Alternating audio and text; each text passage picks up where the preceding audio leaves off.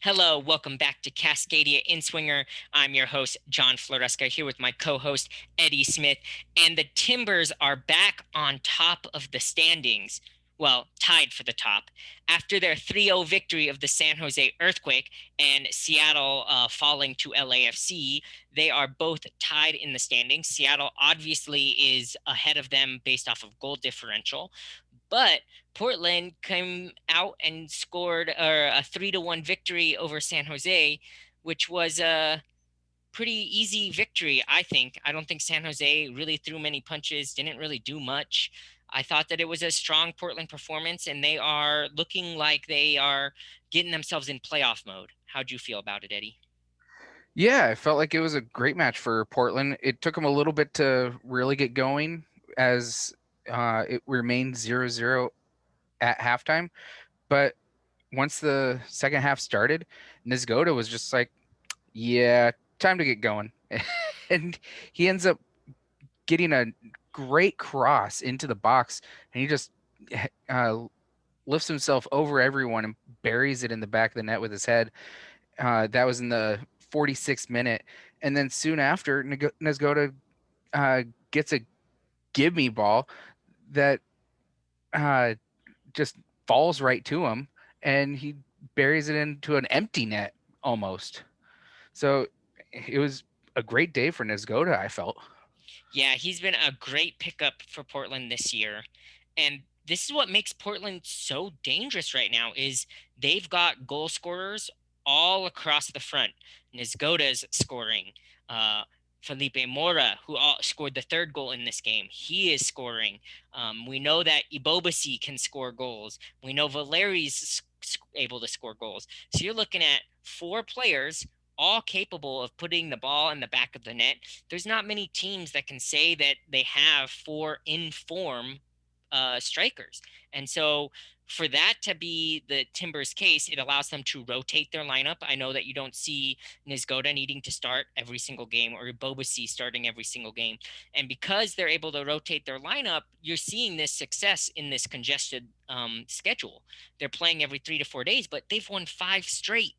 No other team has had that sort of success because, as we saw with Seattle last weekend, some fatigue kicked in.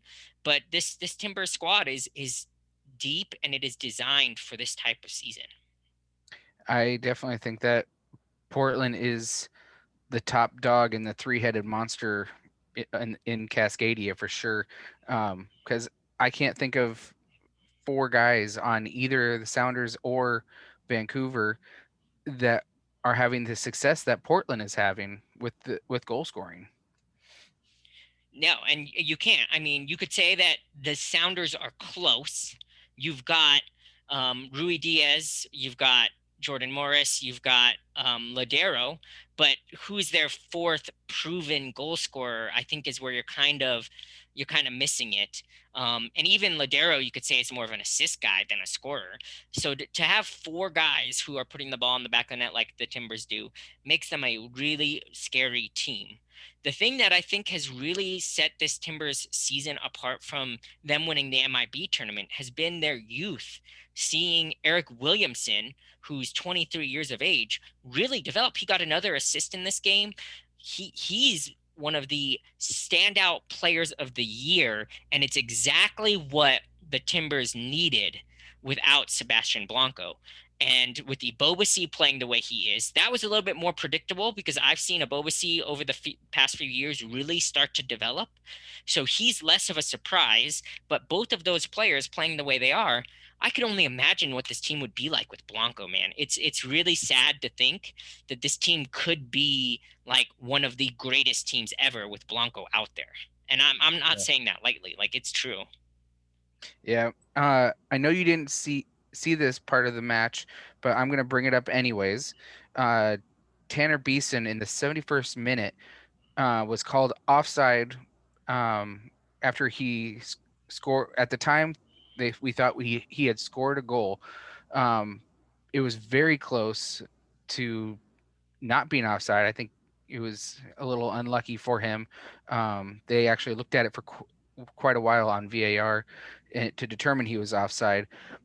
But at the time, it would have made the match 2-1, and what I'm going to ask you is, do you think it would have maybe turned the match into another direction if that goal had stayed up there, or do you think it would have still been a 3-1 finish at the end of the day? I think Portland would have played a little bit more defensively if that goal had counted. I still think they win the game.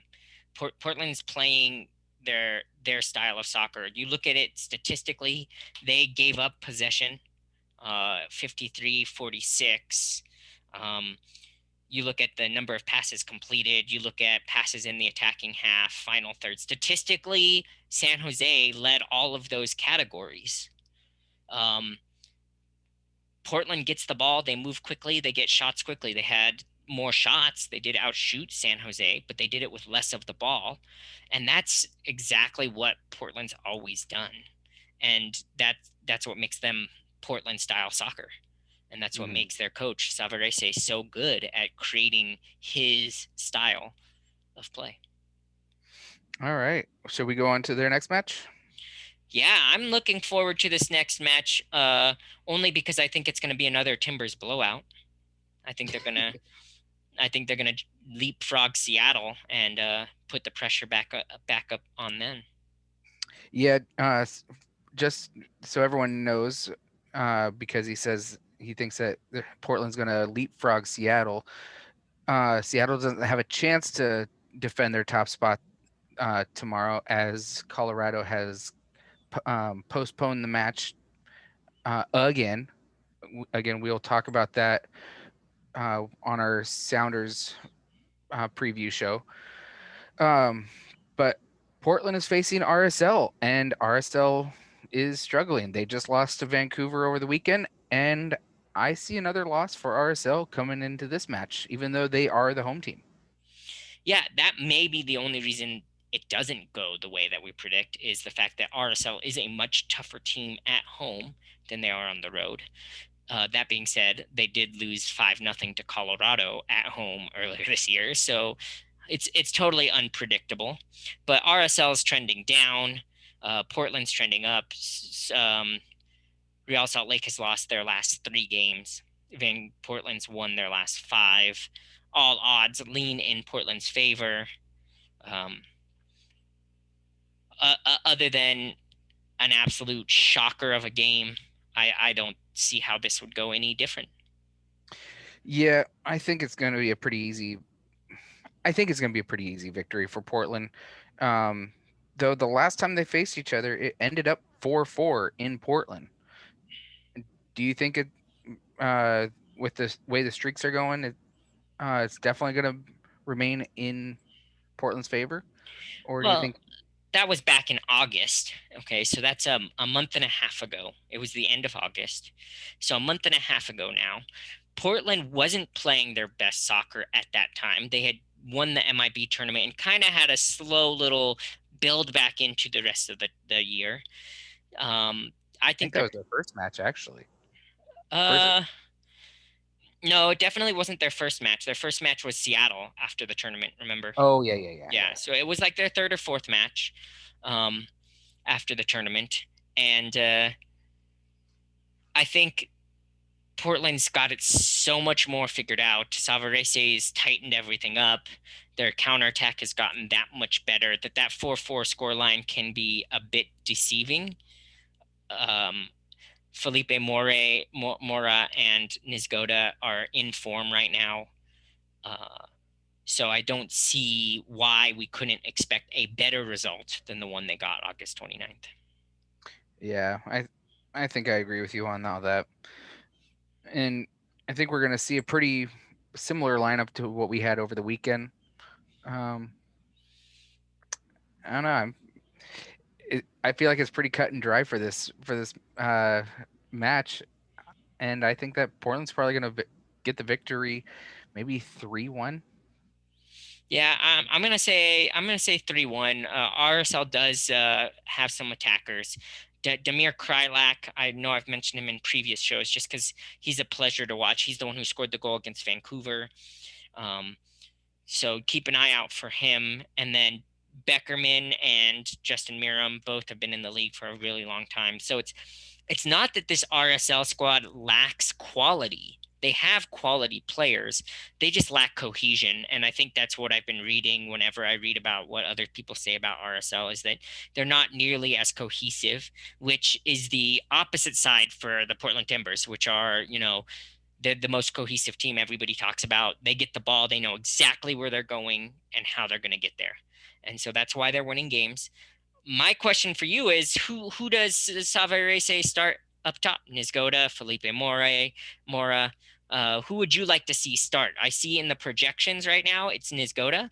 After his brace over the weekend, there's no reason why he couldn't start. But I'm just curious, who are you enjoying more between the two of them? I really like Nezgoda. I really think he's gonna be the one up top. I say if you got a guy who just got a brace in the last match, stick with what's going for you and see if you can get another one. Yeah. Oh, I did notice just now. Good thing I double checked my stats. Eric Williamson is suspended for this match due to yellow card accumulation. So Zambrano will be starting in the midfield. That is a downgrade from Williamson, but I don't think that that's going to sway the match. That maybe pulls my prediction in a little bit. Maybe they're slightly less aggressive. Maybe it's more like a 2-0 scoreline, but I don't see that missing that player will cost them the match.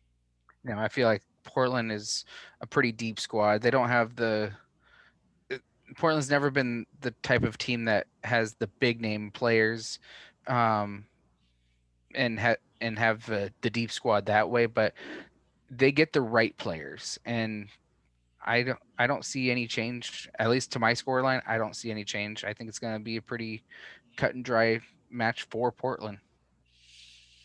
All right. Well, there you have it. Let us know your thoughts and your opinions and your predictions in the comment section.